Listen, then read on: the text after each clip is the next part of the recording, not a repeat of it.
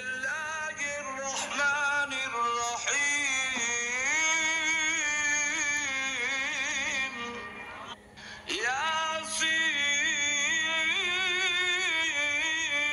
ياسين والقرآن الحكيم أنا الرحمن علم القرآن خلق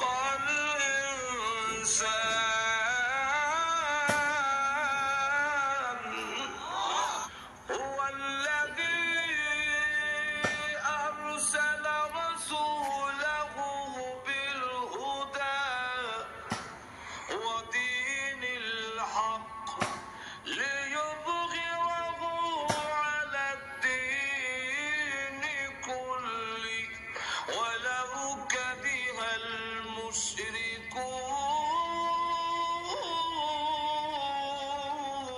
المشركون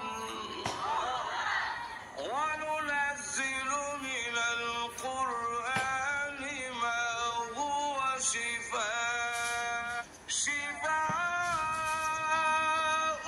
لما في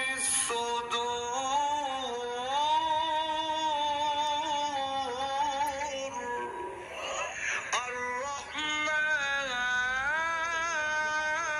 الرحمن علم القرآن خلق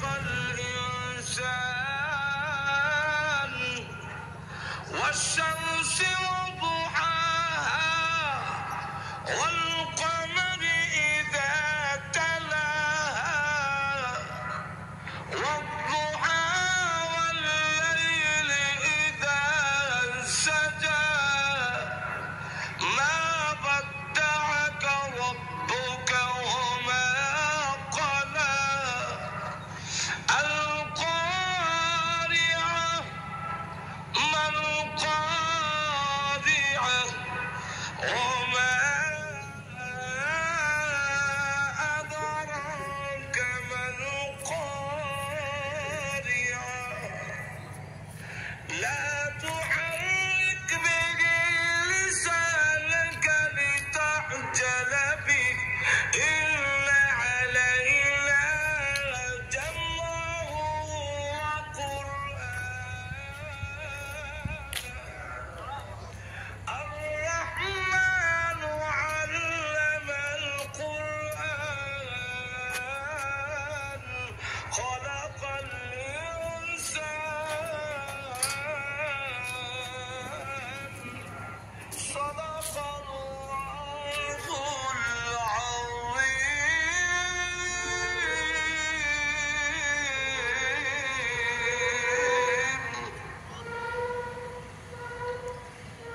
العظيم ما نزل الله من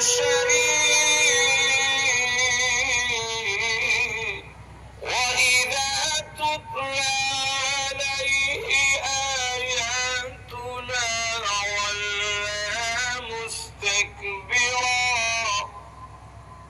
كأن لم يسمعها كأن في أذنيه وقرا فبشره بعذاب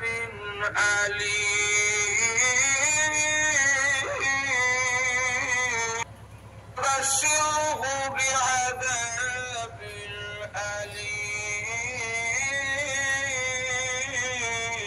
أليم قالوا لو كنا نسمع أو نعقل ما كنا في أصحاب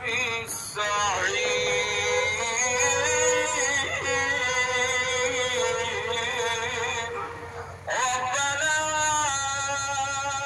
أبصرنا وسمعنا فارجعنا نعمل صالحا إنا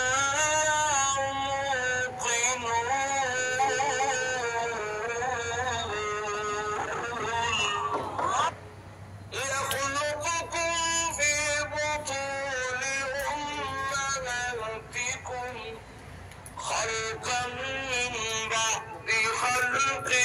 في ظلمات ثلاث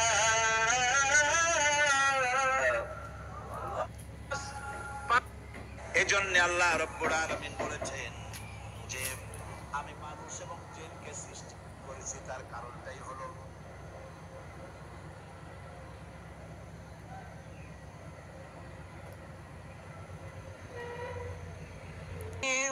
وجهت وجهي للذي فطر السماوات والأرض জানেন আপনারা পড়েন إني وجهت وجهي للذي فطر السماوات والأرض حنيفا وما أنا من المشركين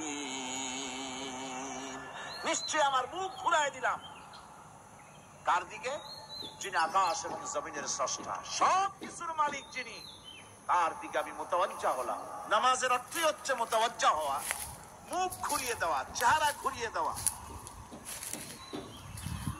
আর নামাজের আরেক অর্থ হচ্ছে নিকটবর্তী থেকে আরো নিকটবর্তী হওয়া। আল্লাহ রাব্বুল আলামিন বলেন নিকটবর্তী হতে হলে ওয়াসজুদ ওয়াকতারিব, সেজদা দাও আর সেজদার মাধ্যমে আমার নিকটবর্তী হয়ে যাও। সেজদা দিলেই আল্লাহর নিকটবর্তী হওয়া যায়। কোন সুবহানাল্লাহ। সাহাবী, আল্লাহ নবীর সাহাবী প্রশ্ন করেছেন, নবীজি বান্দা কখন আল্লাহর নিকটবর্তী হয়ে যায়? নবীজি বলেছেন বান্দা যখন সেজদা দেয় তখন আল্লাহর বান্দার মাঝে কোনো হিজাব থাকে না।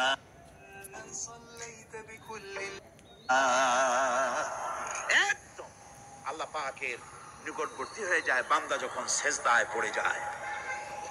সুতরাং নামাজ হচ্ছে নিকটবর্তী হওয়া, সালাত এটা হচ্ছে নিকটবর্তী হওয়া।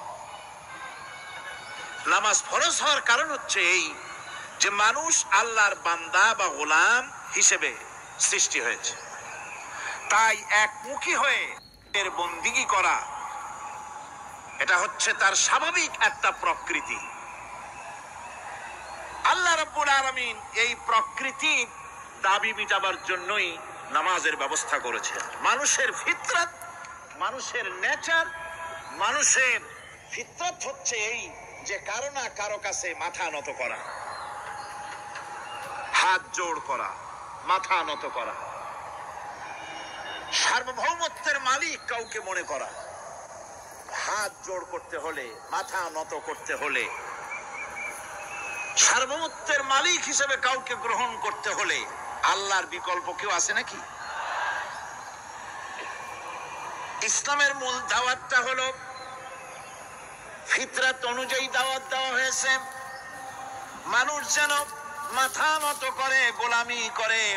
এজন্য আল্লাহ রাব্বুল আলামিন বলেছেন যে আমি মানুষ এবং জিনকে সৃষ্টি করেছি, তার কারণটাই হলো মা খালাকতুল জিন্না ওয়াল ইনসা ইল্লা লিয়াবুদুন। মানুষ আর জিন জাতিকে সৃষ্টি করা হয়েছে ইবাদতের জন্য, গোলামির জন্য। ইবাদত আর গোলামি এটাই করতে হবে, গোলামি করতে হবে, দাসত্ব করতে হবে। আর এই দাসত্ব আল্লাহর আনুগত্যই গোলামির দাওয়াত দিয়েছেন দুনিয়ার সব নবীরা। কোন নবী বলেন নাই যে আমার গোলামি করো। কেউ বলেছেন? বলেন জোরে, কেউ বলেছেন? আল্লাহ পাক বলেন ওয়ালাকাদ বা'আসনা ফি কুল্লি উম্মাতির রাসূলা আন ইবুদুল্লাহা ওয়াজতানিবুত তাগুত। প্রত্যেক জাতির জন্য আমি রাসূল প্রেরণ করেছি, তারা মানুষকে দাওয়াত দিয়েছেন এই কথা বলে যে এক আল্লাহর গোলামি করো, তিনি ছাড়া কোনো ইলাহ নাই, আইন দাতা নাই, বিধান দাতা নাই, তার গোলামি, তার সামনে মাথা নত করে দাও। নামাজ হচ্ছে তাওহীদের অবশ্যম্ভাবী এক বহির্প্রকাশ। তাওহীদের জন্য তাওহীদবাদী মানুষ যারা, তাদেরকে নামাজ আদায় করতেই হবে। আকীদা বিশ্বাসের দিক থেকে তাওহীদ যদি হয় পুরা দ্বীনের মূল উৎস, তাহলে আমলের দিক থেকে নামাজ হচ্ছে পুরা দ্বীনের মূল ভিত্তি। নামাজ হচ্ছে আমলের মূল ভিত্তি। এর বাস্তবায়ন ছাড়া দিন পূর্ণ হয় না। নামাজ মুমিনের কেবলমাত্র একটি উত্তম আমলই নয়, বরং নামাজ হচ্ছে ঈমানের মূল ভিত্তি। যার কাছে নামাজ নাই তার কাছে কিছুই নাই। রাসূল করিম সাল্লাল্লাহু আলাইহি ওয়াসাল্লাম বলেছেন যে নামাজ যে ব্যক্তি পড়ে না, আল্লাহ পাকের সাথে তার কোনো সম্পর্ক বাকি থাকে না। সুতরাং এই নামাজটা হচ্ছে এই যে একমাত্র একাগ্র চিত্তে আদবের সাথে আল্লাহর সামনে রুজু হয়ে যাওয়া। কোরআনে কারীম বলছে মুনিবিনা ইলাইহি ওয়াত্তাকুহু ওয়া আকিমুস সালাতা ওয়া লা তাকুনু মিনাল মুশরিকিন। তোমরা আল্লাহর দিকে রুজু হয়ে যাও এবং তাকে ভয় করে অন্যায় কাজ থেকে বিরত থাকো, আর নামাজ কায়েম করো, মুশরিকদের অন্তর্ভুক্ত হয়ে যেও না। নামাজ কায়েম করা, নামাজের আদেশ কোরআনে কারীমের মধ্যে আল্লাহ পাক বহু জায়গায় করেছেন। ঈমানের পর নামাজই হচ্ছে সবচেয়ে বড় জরুরি। একজন মানুষ ঈমান আনলো, যেমন কালকে একজন ঈমান এনেছে, ঈমান আনার সাথে সাথে তার প্রথম কাজ কি বলুন? বলেন প্রথম কাজ কি? ফজরের নামাজের আগে একজন ইসলাম কবুল করলেন, তার প্রথম দায়িত্ব নামাজকে আদায় করে দেওয়া, ফজরের নামাজ পড়া। জোহরের আগে কেউ ঈমান আনলো, তার প্রথম দায়িত্ব জোহরের নামাজ আদায় করা। আসরের নামাজের আগে ঈমান এনেছে, তার প্রথম দায়িত্ব হলো আসরের নামাজ আদায় করা। তার মানে হলো ঈমান আনার পর একজন ঈমানদারের প্রথম দায়িত্ব হচ্ছে নামাজ। গুরুত্বপূর্ণ বিষয়, খুব ভালো করে শুনতে হবে, ইয়াদ রাখতে হবে প্রত্যেকটি মুসলমানের। এই নামাজ কি জিনিস, কেমনে আদায় করতে হবে, আদায় না করলে কি হবে, গুরুত্বপূর্ণ এই কথাগুলি প্রত্যেকের স্মরণ রাখতে হবে। কিয়ামতের দিন মানুষ যে জাহান্নামে যাবে, জাহান্নামের জন্য, জাহান্নামে যে সব কারণে যাবে তার মধ্যে বড় কারণ কালকে বলেছিলাম, দেখি মনে আছে নাকি? বড় কারণ কয়টা? কয়টা? আলহামদুলিল্লাহ মনে আছে। আল্লাহ রাব্বুল আলামিন বলেন ইয়াতাসাআলুনা আনিল মুজরিমিন, কিয়ামতের দিন অপরাধীদেরকে জিজ্ঞেস করা হবে মা সালাকাকুম ফি সাকার, জাহান্নামে কেন আসছো? জবাবে তারা বলবে ক্বালু লাম নাকু মিনাল মুসাল্লিন ওয়া লাম নাকু নুতঈমুল মিসকিন, নামাজ পড়ি নাই আর এতিম মিসকিনদের খেতে দেই নাই, এই কারণেই জাহান্নামে এসেছি। কল নাউযুবিল্লাহ। নামাজ যারা পড়বে না জাহান্নামে যেতে হবে। কোথায় যেতে হবে? আকীদাগত দিক থেকে ঈমান হলো তাওহীদের স্বীকৃতি, আর আমলের দিক থেকে নামাজ হচ্ছে তাওহীদের বহিঃপ্রকাশ। আপনি মুসলমান তা প্রমাণ হবে নামাজ দিয়ে। নামাজহীন ঈমানের দাবি মূল্যহীন। যার নামাজ নাই তার ঈমানের দাবি করার কোনো মূল্যই নেই। অনেক এরকম কথা বলে, হুজুর আমি মানুষটা নিতাম, গ্রামে রাস্তা বানাইছি, ব্রিজ করে দিয়েছি, কালভার্ট করেছি, এতিম মিসকিনরে তাও মাঝে মধ্যে খাবার দেই, বিধবারে কাপড় চোপড় দেই, মানুষটা আমি নিতান্ত খারাপ না, তবে এই মাঝে মধ্যে একটু নামাজ পড়ি না, তাতে কি আমার ঈমান নষ্ট হয়েছে নাকি? আমি বলি ভাই ঈমানই তো নাই, নষ্ট হবে কি? ঈমান থাকলে না নষ্ট হবে? ঈমান নাই। সুতরাং একজন মুসলমান যদি নামাজ না পড়ে নিজেকে মুসলমান বলে দাবি করার কোন হক তার নাই, দাবি করার অধিকার নাই। নামাজ হচ্ছে জিন্দেগি, নামাজটাই মূলত জিন্দেগি। নামাজটা কি? জিন্দেগি। আল্লাহ রাব্বুল আলামিন শেখাচ্ছেন কুল ইন্না সালাতি ওয়া নুসুকি ওয়া মাহইয়ায়া ওয়া মামাতি লিল্লাহি রাব্বিল আলামিন। মুহাব্বতের সাথে সবাই পড়েন কুল ইন্না সালাতি ওয়া নুসুকি ওয়া মাহইয়ায়া ওয়া মামাতি লিল্লাহি রাব্বিল আলামিন। বলো আমার নামাজ, বলো আমার নামাজ, আমার কুরবানি, আমার হায়াত, আমার মত সবকিছুই আল্লাহ রব্বুল আলামিনের জন্য নিবেদিত।